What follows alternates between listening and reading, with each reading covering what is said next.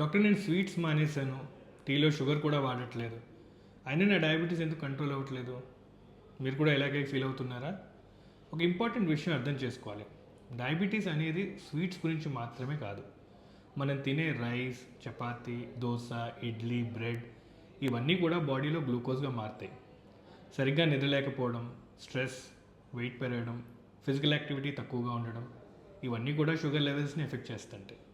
కాబట్టి టీలో షుగర్ మానేయడం ఒక మంచి ఫస్ట్ స్టెప్పే, కానీ అదొకటే సరిపోదు.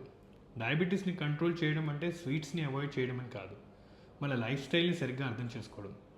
Healthy food, regular exercise, good sleep, weight control, stress management, right medicines at right dose ఇవన్నీ కలిసి షుగర్ని కంట్రోల్ చేస్తాయి.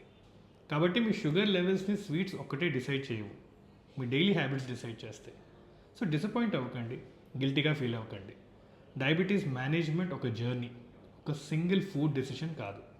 చిన్న చిన్న చేంజెస్ కన్సిస్టెంట్గా చేస్తే పెద్ద డిఫరెన్స్ క్రియేట్ చేస్తాయి. Stay inform, stay healthy.